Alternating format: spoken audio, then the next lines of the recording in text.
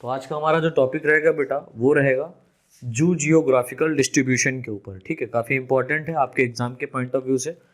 तो इसमें लिखना शुरू करें। जू जियोग्राफिकल डिस्ट्रीब्यूशन में वर्ल्ड के, विश्व के डिफरेंट जियोग्राफिकल एरिया में, वर्ल्ड के डिफरेंट जियोग्राफिकल एरिया में एनिमल स्पीसीज का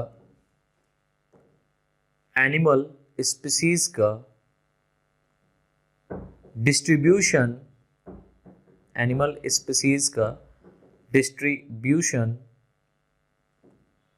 जू जियोग्राफी कहलाता है। एनिमल स्पीसीज का डिस्ट्रीब्यूशन जू जियोग्राफी कहलाता है। ठीक है, जू जियोग्राफी कहलाता है। आगे लिखें, इस आधार पर होल वर्ल्ड, पूरे विश्व में, इस आधार पर होल वर्ल्ड, पूरे विश्व में, होल वर्ल्ड को कई एरियाज में, मेनी एरिया, होल वर्ल्ड को मेनी एरिया, कई एरिया में डिवाइड किया गया है। होल वर्ल्ड को मेनी एरिया में डिवाइड किया गया है,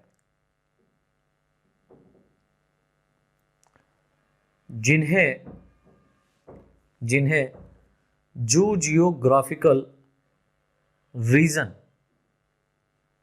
जिन्हें जू जियोग्राफिकल रीजन कहते हैं, जिन्हें जू जियोग्राफिकल रीजन कहते हैं। ठीक है, लाइन से लिखे, लाइन से लिखे, जू जियोग्राफी में, जू जियोग्राफी में किसी एरिया में एनिमल डिस्ट्रीब्यूशन को, जू जियोग्राफी में किसी एरिया में एनिमल डिस्ट्रीब्यूशन को डिफरेंट पॉइंट के आधार पर, यानी कि भिन्न बिंदुओं के आधार पर, एक कैरेक्टर्स के आधार पर, पॉइंट्स के आधार पर क्लासिफाई किया जाता है, क्लासिफाई किया जाता है। जैसे for example climatic condition, climatic condition यानी कि उस एरिया की क्लाइमेट्स क्या है, जलवाष्प कैसी है, ठीक है, एटमॉस्फेरिक कंडीशन कैसी है, या comma geographical condition, geographical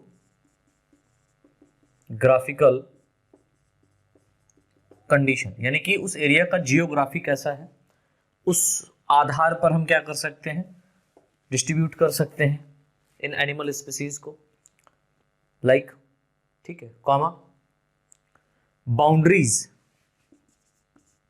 boundaries यानी उस एरिया का कितना बाउंड्री है, कहां तक वो फैला हुआ है। ठीक है, तो बाउंड्रीज के आधार पर भी हम क्या कर सकते हैं, जो जियोग्राफिकल डिस्ट्रीब्यूशन दे सकते हैं। और हम वहां पर एनिमल स्पीसीज की डाइवर्सिटी को देखेंगे कि जो एनिमल वहां पर पाए जा रहे हैं उन स्पीसीज की कितनी डाइवर्सिटी है, कितनी विविधता है। ठीक है, या वहां पर एक पार्टिकुलर रीजन में या पार्टिकुलर एरिया में जो वहां पर स्पीसीज पाई जा रही है एनिमल्स की, वो कितनी डिफरेंट टाइप की हो सकती हैं, कौन कौन सी वहां पर स्पीसीज अधिक रूप में पाई जा रही, कौन कौन सी वहां पर स्पीसीज अधिक रूप में नहीं पाई जा रही है। इनके आधार पर भी हम क्या करते हैं, जो जियोग्राफिकल डिस्ट्रीब्यूशन को दे सकते हैं। तो हमने लास्ट बताया animal species diversity, animal species diversity आदि। ठीक है, आदि लाइन से लिख लें, लाइन से लिखें, स्केल्टर एक साइंटिस्ट है, स्केल्टर व SCALTER स्केल्टर व वेलेस, WALLACE, स्केल्टर व वेलस 1876 ब्रैकेट में कर दीजिएगा, 1876 वेलस के अकॉर्डिंग, यानी कि जो साइंटिस्ट हैं इन्होंने जो जियोग्राफिकल डिस्ट्रीब्यूशन पे काफ़ी वर्क किया है, तो इनके आधार पर इन्होंने क्या बताया इसके रीजन में, तो स्केल्टर व वेलस 1876 के अकॉर्डिंग एनिमल स्पीसीज के जियोग्राफिकल डिस्ट्रीब्यूशन के आधार पर, किस डिस्ट्रीब्यूशन के आधार पर, जियोग्राफिकल, यानी कि हम जियोग्राफिकल कंडीशन के आधार पर जियोग्राफी देखेंगे, जियोग्राफिकल डिस्ट्रीब्यूशन के आधार पर, जियोग्राफिकल वितरण के डिस्ट्रीब्यूशन के आधार पर होल वर्ल्ड्स को, यानी पूरे विश्व को, होल वर्ल्ड को 6 रीजन में, यानी कि 6 रीजन में क्लासिफाइड किया। तो स्केल्टर व वेलस ने क्या किया है, इस डिस्ट्रीब्यूशन के आधार पर, किसके आधार पर, जियोग्राफिकल डिस्ट्रीब्यूशन के आधार पर, जो जियोग्राफिकल डिस्ट्रीब्यूशन है इसको कितने रीजन्स में डिवाइड किया है, 6 रीजन्स में डिवाइड किया है। तो हमने क्या लिखा, हमने लिखा होगा जो जियोग्राफिकल डिस्ट्रीब्यूशन के आधार पर होल वर्ल्ड को 6 जो जियोग्राफिकल रीजन, यहां पर लिख दीजिएगा 6 जियोग्राफिकल रीजन, ये ठीक है, जो जियोग्राफिकल रीजन में डिवाइड किया है,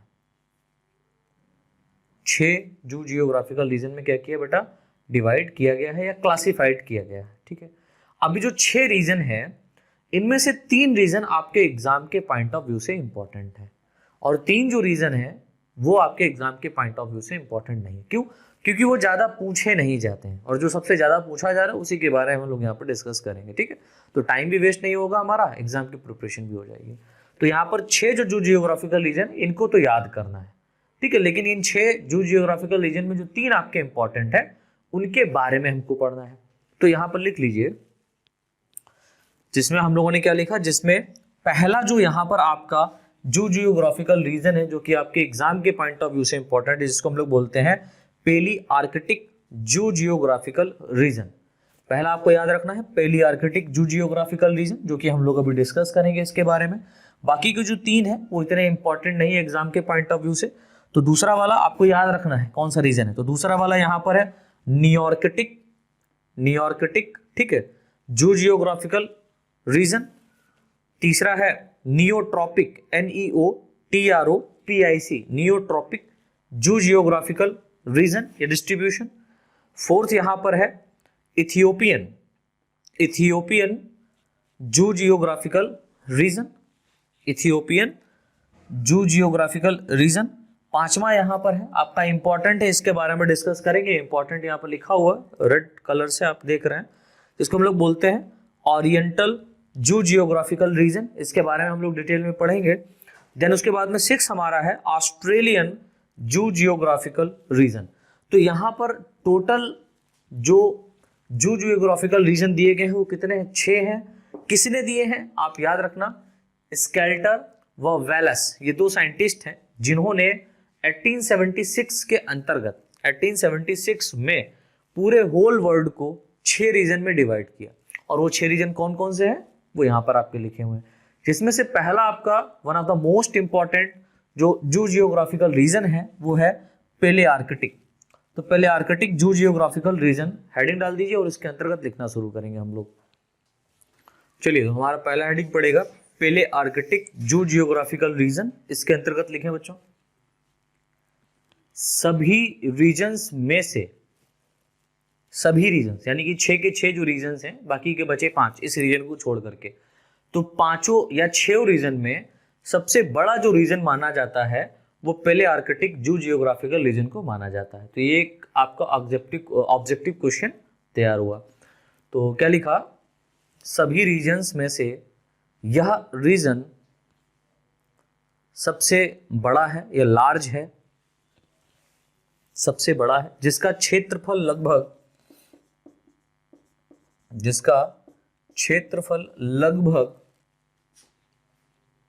1,40,00,000 1,40,00,000 1,40,00,000 वर्ग मीटर या वर्ग मील है, सॉरी 1,40,00,000 वर्ग मील है, वर्ग मीटर नहीं वर्ग मील है, मील में इसको हम लोग जानेंगे। तो काफी बड़ा क्षेत्रफल है, काफी दूरी तक जो है इसने कवर अप करके रखा हुआ है इस अर्थ पर, इस रीजन्स को, ठीक है। अब इस क्षेत्रफल में क्या क्या है वो भी हम लोग देखेंगे। तो क्या लिखा, 1,40,00,000 वर्ग मील है। इसके अंतर्गत पूरा यूरोप, तो जो पूरा यूरोप जो बसा हुआ है, ठीक है, वो यहां पर आता है। इसके अंतर्गत पूरा यूरोप कॉमा नॉर्थ अफ्रीका, उत्तर अफ्रीका, इसके अंतर्गत पूरा यूरोप कॉमा नॉर्थ अफ्रीका यानी उत्तर अफ्रीका तथा नॉर्थ एशियाई हिमालय तथा नॉर्थ एशियन हिमालय,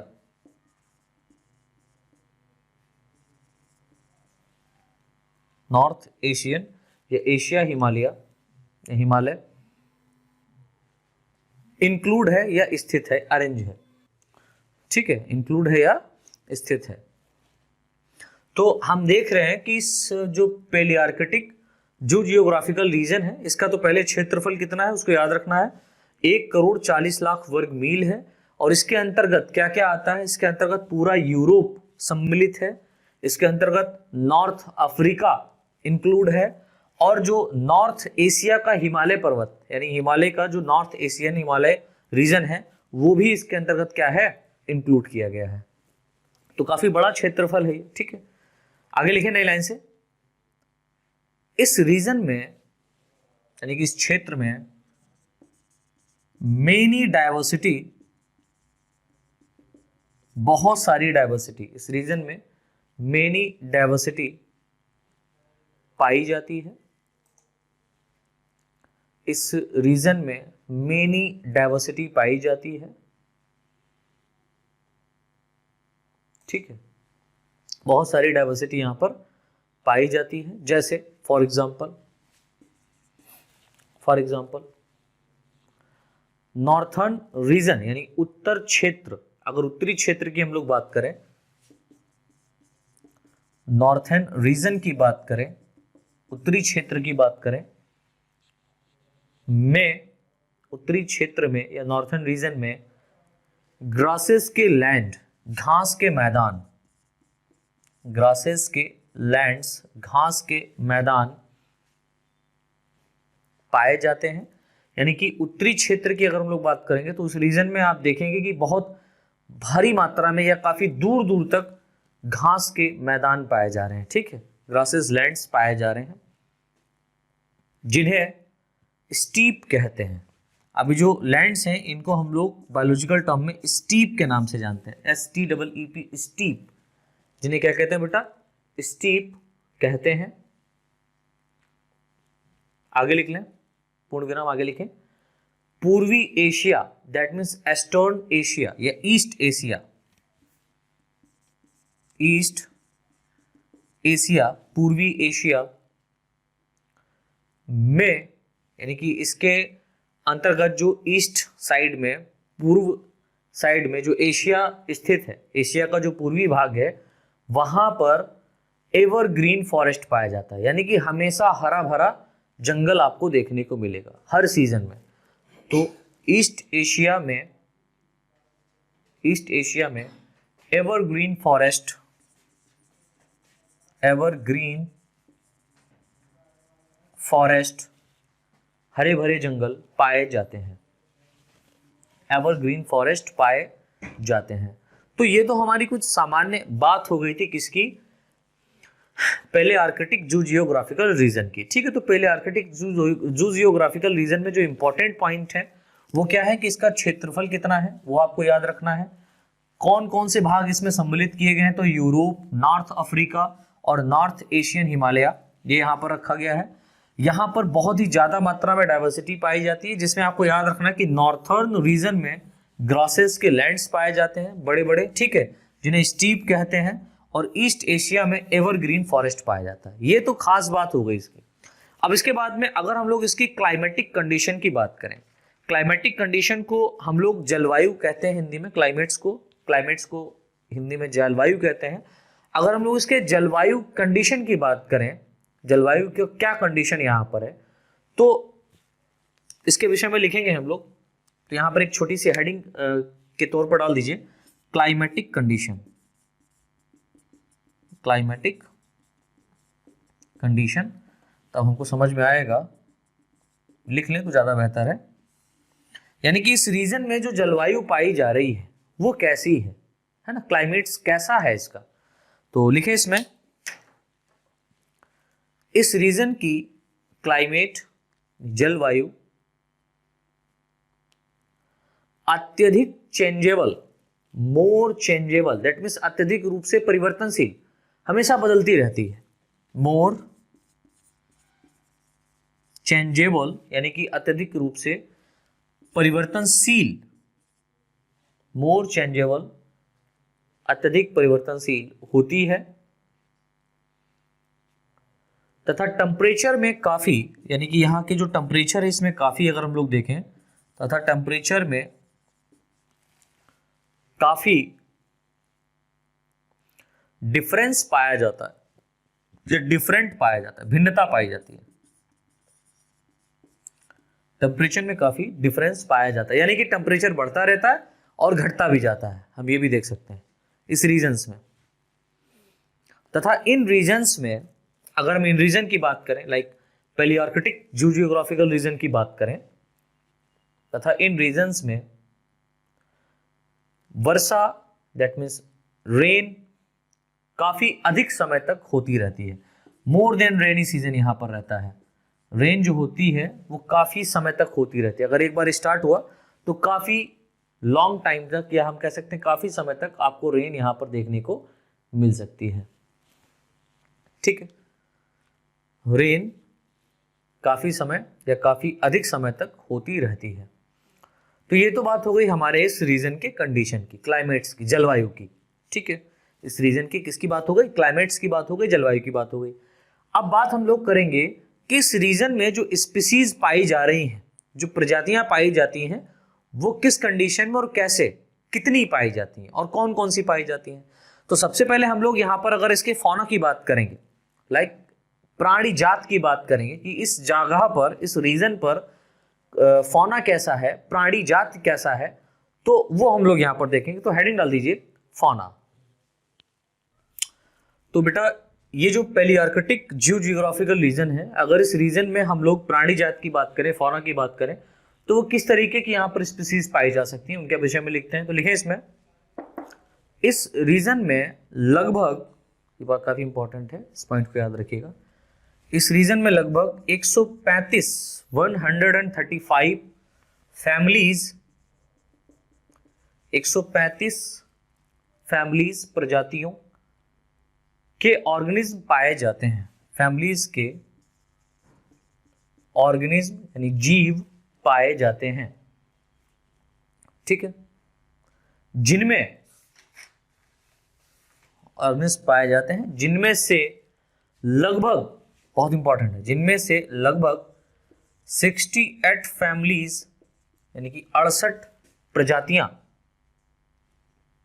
68 फैमिलीज, अगर हम लोग यहां पर 68 कुलों की बात करेंगे, सॉरी फैमिली को हिंदी में कुल कहते हैं, प्रजाति स्पीसीज होती है, सॉरी, तो 135 फैमिलीज, 135 कुल के ऑर्गेनिज्म पाए जाते हैं, जीव पाए जाते हैं, जिसमें से 38 कुल यानी 68 कुल, लाइक 68 फैमिलीज बर्ड्स, पक्षियों की, 68 families birds, comma 33 family, 33 families,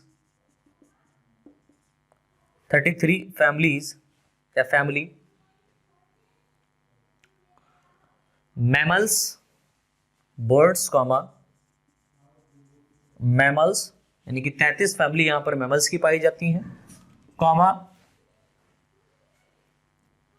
24 families, अगर हम लोग 24 फैमिलीज की बात करें, 24 फैमिलीज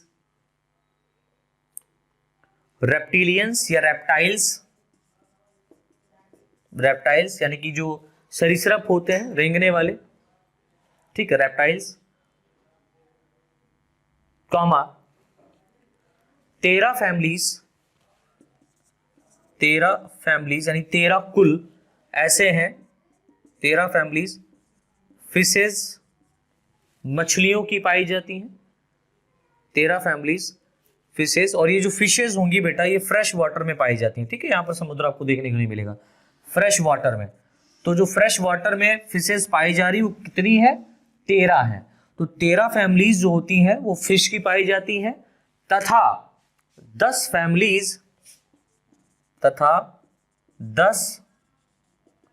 फैमिलीज यानी कि जो 10 फैमिली हैं वो एम्फीबियंस की पाई जा रही हैं, तथा 10 फैमिलीज एम्फीबियंस एनिमल्स की पाई जाती है। तो ये डाटा आपको बहुत इंपॉर्टेंट है, ये डाटा आपको याद रखना है। कैसे याद करेंगे, ये आपकी हेडेक है, खैर इसको तो रटना ही पड़ेगा।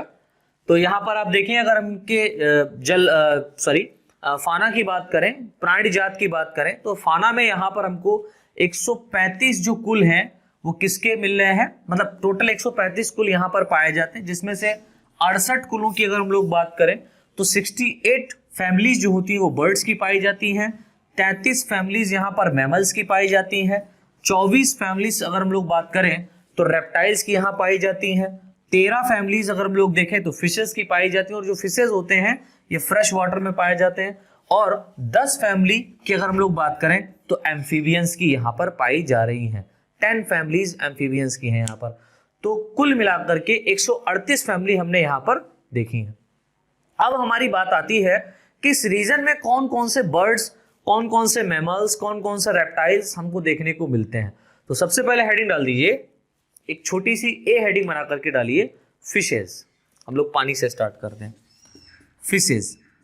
तो यहां पर जो फिशेस की फैमिलीज पाई जा रही है या जो फिशेस पाई जा रही है वो कौन कौन सी हैं, तो आपको यहां पर फिशेस के नाम लिख लेने कुछ। चलिए, तो मैंने यहां पर बताया कि जो फिशेस पाई जाती हैं, जो फिशेस की यहां पर स्पीसीज रखी गई उनमें से कौन कौन सी है, तो सिप्रिनिडी फैमिली जो यहां पर रखी गई है, यानी फिशेस की एक कुल है जिसका नाम है सिप्रिनिडी। तो सिप्रिनिडी कुल के अत्यधिक रूप से यहां पर फिशेस इंक्लूड किए गए हैं, यानी कि यहां पर जो आपका पहले आर्कटिक जो जियोग्राफिकल रीजन है, इस रीजन में अगर हम लोग फिशेस की बात करेंगे तो फिशेस में जो सिप्रिनिडी फैमिली है इसकी अधिकतर फिशेस यहां पर रखी गई हैं, तथा या कुछ ऐसी भी यहां पर फिशेस रखी गई हैं जो कैट फिशेस के रूप में जानी जाती हैं। तो कैट फिशेस और सिप्रिनिडी फैमिली की यहां पर मोस्ट ऑफ जो है ना फिशेस जो होती हैं, मछलियां जो होती हैं वो पाई जाती हैं इस रीजन में, राइट। फिर उसके बाद में अगर हम लोग एम्फीबियंस की बात करें तो बेटा एम्फीबियंस में यहां पर दो प्रकार के एम्फीबियंस हो सकते हैं। एक तो टेल्ड एम्फीबियंस हो सकते हैं, लाइक जिनमें टेल पाई जाती है, और एक ऐसे हो सकते हैं जो टेल लेस होते हैं, टेल लेस एम्फीबियंस। तो यहां पर बात आएगी कि टेल्ड एम्फीबियंस कौन कौन से होते हैं, जिनमें टेल पाई जाती है वो कौन कौन से एम्फीबियंस यहां पर रखे गए। तो आप एम्फीबियंस लिख करके उसमें लिख सकते हैं कि इनमें टेल एम्फीबियंस पाए जाते हैं मोर रूप में, यानी अधिक रूप से जो एम्फीबियन आपको मिलेंगे वो कैसे होंगे, टेल्ड होंगे, उसमें टेल पाई जाएगी, ठीक है। जैसे हम लोग यहाँ पर साइरेन की बात करेंगे, नेक्ट्यूरस की बात करेंगे, एम्फीउमा की बात करेंगे, प्रोटियस की बात करेंगे आदि। तो ये यहाँ पर जो एम्फीबियंस हैं इनके अंदर टेल पाया जाता है।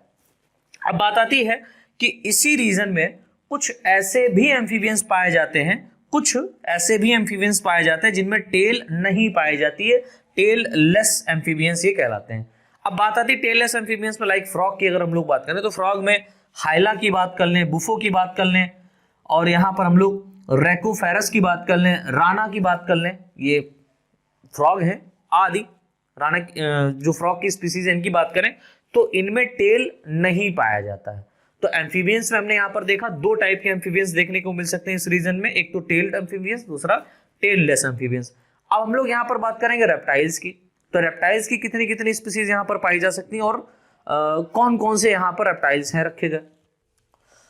तो बच्चों यहाँ पर अगर हम लोग रेप्टाइल्स की बात करें तो इस रीजन में जो रेप्टाइल्स होंगे वो कौन कौन से होंगे, जैसे कि यहाँ पर टर्टल, कछुआ आपको देखने को मिलेगा, वाइपर, ये स्नैक की बात हो रही, वाइपर, पिट वाइपर, वेरेनस मोस्ट फॉर्म में यहाँ पर पाए जाते हैं। ठीक है, तो अधिकतर जो यहाँ पर रेप्टाइल्स आपको देखने को मिलेंगे उसमें टर्टल हो जाएगा यानी कछुआ, वाइपर हो जाएगा, पिट वाइपर हो जाएगा, वेरेनस हो जाएंगे, ये रेप्टाइल्स आपको बहुत ज्यादा मात्रा में देखने को मिलेंगे। बर्ड्स की अगर हम लोग बात करेंगे, यहाँ पर पक्षियों की बात करेंगे तो पक्षी यहाँ पर आपको डक्स देखने को मिलेंगी, बत्तख देखने को मिलेगी, यहाँ पर कुकू देखने को मिलेगा, किंगफिशर, नीलकंठ देखने को मिलेगा, एंड वुड पिकर यानी कि लकड़ी में जो छेद करते हैं, वुड पिकर, इसको हिंदी में कहते हैं कटफोड़वा। तो कटफोड़वा भी आपको यहाँ पर देखने को मिलता है। अगर हम लोग मैमल्स की बात करें तो मैमल्स में यहाँ पर स्क्वायरल, गिलहरी, बैट, मोल, इसे हम लोग टेल्पिडी के नाम से भी जानते हैं, पिग, जंगली सुअर आपको देखने को मिलेगा आदि। तथा यहाँ पर एक खास बात है, एंड सेल्वेनिया और मोल रेट, सेल्वेनिया और मोल रेट ये आपको इन्हीं रीजन्स में देखने को मिलेंगे। इसके अलावा आपके जो बाकी के 5 जो जियोग्राफिकल रीजन है वहां देखने को नहीं मिलता। तो ये वाला पॉइंट याद रखना, सेल्वेनिया और मोल रेट जो है वो आपके पहले आर्कटिक जियोग्राफिकल रीजन में ही देखने को, जो जियोग्राफिकल रीजन में ही देखने को मिलते हैं। ठीक है, कौन, सेल्वेनिया एंड मोल रेट। इसके अलावा बाकी के 5 जो यहाँ पर रीजन दिए गए हैं वहां पर आपको ये देखने को स्पीसीज नहीं मिलेगी। तो इस तरीके से बेटा ये हमारा पहला पॉइंट कंप्लीट होता है, पहला रीजन कंप्लीट होता है। इसके बाद हम लोग जो सेकेंड रीजन हमारा है, वैसे बेसिकली मैंने बताया कि 3 यहाँ पर आपके इंपॉर्टेंट है। तो पहली आर्कटिक रीजन हमारा कंप्लीट हो गया, बाकी के 3 यहाँ पर जो आपके बचे हैं जैसे कि नियार्कटिक और नियोट्रॉपिक एंड एज वेल एज यहाँ पर हम लोग एथिपियन, है ना, एथिपियन की बात करेंगे रीजन्स, इनको डिस्कस नहीं करेंगे। इसके बाद जो हमारा सेकेंड यानी कि वो 5th नंबर पर है, लेकिन यहाँ पर हमारे लेक्चर्स के अकॉर्डिंग सेकेंड नंबर पर होगा, जिसको हम लोग बोलेंगे oriental reason, and 3rd number पर जो हमारा यहाँ पर होगा वो होगा ऑस्ट्रेलियन रीजन। तो सेकेंड नंबर पर हमारा होगा ओरिएंटल एंड 3rd नंबर पर ऑस्ट्रेलियन। इसको हम लोग डिस्कस करेंगे नेक्स्ट लेक्चर में।